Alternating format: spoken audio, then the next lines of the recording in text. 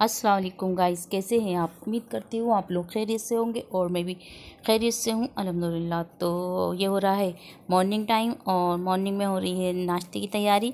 तो नाश्ते में हम बना रहे हैं फ्रेंच टोस्ट, क्योंकि एक ही तरीके का नाश्ता करते करते बोर हो जाता है इंसान।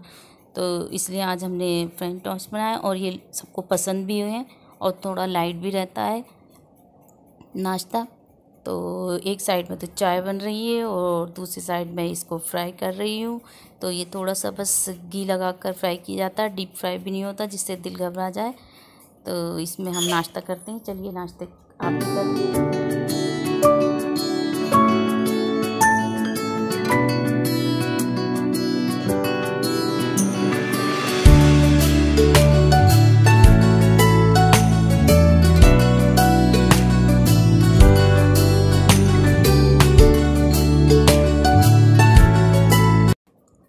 तो चाय भी तैयार हो गई है हमारी और अब है रमज़ान की तैयारी हो रही है, क्योंकि रमज़ान बिल्कुल पास में आ गए हैं।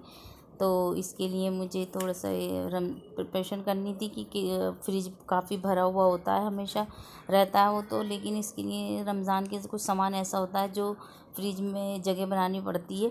तो मैंने आज से यही सारा काम किया है।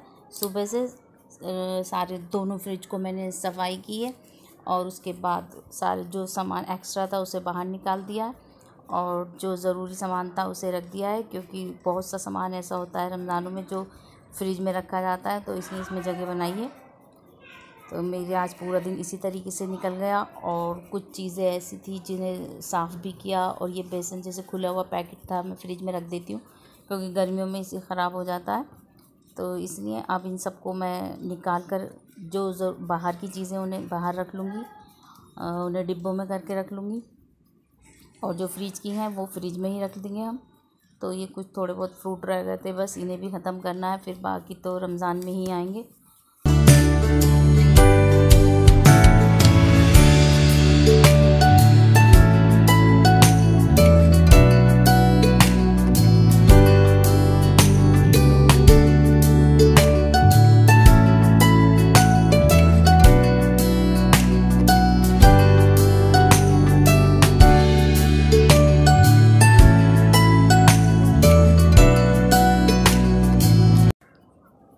अच्छा, ये बेसन वगैरह को तो मैंने डिब्बे में करके रख दिया है और कुछ ऐसा सामान था जो डिब्बे खाली मैंने धो के रख लिए थे साफ़ करके बड़े, तो उसमें वो चीज़ों को करके और रख देंगे, क्योंकि ये इजी रहता है कि जल्दी से इसमें निकालो और पकौड़ी वगैरह है या कुछ है तो इसमें बना ले पैकेट में से निकाल कर।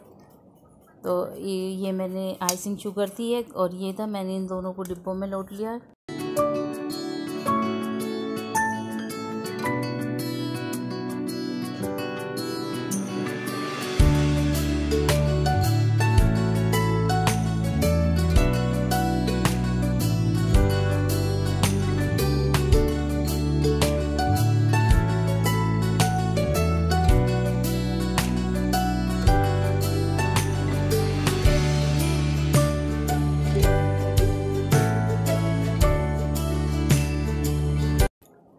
अच्छा, ये प्याज और आलू मंगा लिए हैं क्योंकि पकौड़ियों में काम आते हैं और भी चीज़ें इससे बना ली जाती हैं। तो ये सब मैंने इसकी जो बास्केट है उसमें रख दी है कि जिससे हवा लगेगी तो ख़राब भी नहीं हो पाएंगे। और ये सारे काम से निमट कर फिर मुझे ज़रा मार्केट भी जाना था, कुछ क्रॉकरी का सामान भी लेना था रमज़ान के लिए। कुछ चीज़ें ऐसी होती हैं जो ख़रीदी जाती हैं, बाउल वगैरह।